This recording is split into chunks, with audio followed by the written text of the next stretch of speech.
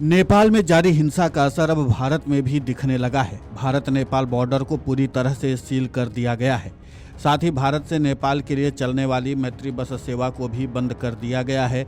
अब चोरी छुपे आने जाने वाले रास्तों पर भी पैनी नज़र रखी जा रही है। इस हिंसा के चलते कारोबार भी पूरी तरह से ठप हो गया है। तमाम व्यापारियों का कारोबार इस वक्त पूरी तरह से बंद पड़ा है। इस हिंसा के दौरान सबसे ज़्यादा असर बनबसा, चंपावत, खटीमा के व्यापारियों को हो रहा है, क्योंकि यहां से अधिकांश कारोबार नेपाल के तमाम शहरों में होता है। यहां के कारोबारियों का कारोबार पूरी तरह से बंद पड़ा है। खटीमा के तमाम बाजारों में नेपाल के कारोबारियों का आना जाना लगा रहता है और वहां से स्थानीय लोग लगातार खटीमा पहुंचते हैं और यहां से सामान खरीदते हैं। लेकिन नेपाल में जारी हिंसा के चलते इस वक्त खटीमा के बाजार सूने पड़े हैं। नेपाल बॉर्डर पूरी तरह से सील कर दिया गया है, जिसके चलते आवाजाही ठप है।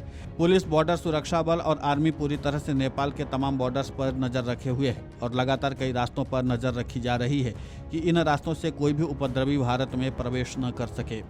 नेपाल के महेंद्रनगर से दिल्ली तक चलने वाली और देहरादून से आने वाली मैत्री बस सेवा पूरी तरह से बंद हो गई है। मंगलवार से ये पूरी तरीके से बंद की गई है। इस सेवा के बंद होने से दोनों देशों के नागरिकों को काफ़ी परेशानी का सामना करना पड़ रहा है, क्योंकि काफ़ी लोग नेपाल से भारत में फंसे हैं और भारत के कई लोग नेपाल में फंसे हैं। इस बस सेवा के बंद होने से दोनों ही ओर के नागरिकों को भारी परेशानी का सामना करना पड़ रहा है। उत्तराखंड के खटीमा के कई व्यापारियों की दुकानें महेंद्रनगर, नेपाल में मौजूद हैं, जो बॉर्डर तक नहीं आ पा रहे हैं। वहीं देहरादून, नैनीताल, मसूरी और कई जगहों पर नेपाली मजदूर जो काम करने आते हैं वे वहीं फंस गए हैं। जबकि नेपाल से दिल्ली आने वाले और दिल्ली से नेपाल जाने वाले तमाम लोग फंसे हुए हैं। इनको बॉर्डर पर ही रोक दिया गया है। नेपाल में बिगड़े हालातों को देखते हुए उधम सिंह नगर में अलर्ट जारी किया गया है। एसपी मणिकांत मिश्रा ने सभी को अलर्ट मोड पर रहने को कहा है। साथ ही बॉर्डर की लगातार निगरानी की जा रही है। पुलिस और बॉर्डर पुलिस लगातार सभी बॉर्डर पर नजर बनाए हुए है। वहीं पिथौरागढ़ में भी नेपाल से जोड़ने वाले पुल को पूरी तरह से बंद कर दिया गया है। नेपाल में जारी हिंसा का असर भारत के सीमावर्ती इलाकों में साफ तौर पर देखा जा रहा है। भारत नेपाल के सीमा क्षेत्र के इलाकों में एसएसबी और पुलिस लगातार सतर्क हैं। किसी भी राष्ट्र विरोधी व्यक्ति को भारत में प्रवेश नहीं करने दिया जाएगा। इसको लेकर पुलिस और सेना के जवान पूरी तरह से अलर्ट हैं। और सिर्फ इसका असर उत्तराखंड में ही देखने को नहीं मिल रहा है, बल्कि उत्तर प्रदेश के कई बाजार ऐसे हैं जहां पर पूरी तरीके से सब कुछ ठप पड़ा हुआ है। लोग इंतजार कर रहे हैं कि स्थिति सामान्य हो और एक बार फिर से व्यापार का रास्ता खुल जाए। इस पूरे मामले को लेकर के स्थानीय व्यापारी ने भी अपनी बात कही है। आप खुद सुने उन्हीं की जुबानी।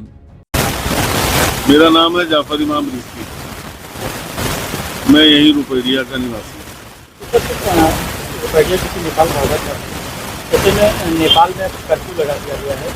हालात वहाँ से भारतीय बाजार या रुपैया बाजार पर इसका क्या प्रभाव है?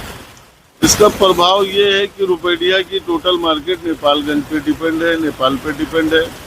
तो अगर वहाँ का माहौल ख़राब होता है तो यहाँ दुकानों पे बोली नहीं होती और ज़्यादातर दुकानें लोग बंद करके घूमने चले जाते हैं, अपने कामकाज से निकल जाते हैं। और जो दुकानें खुली रहती हैं उनके यहाँ दुकानों पे बोली नहीं होती है।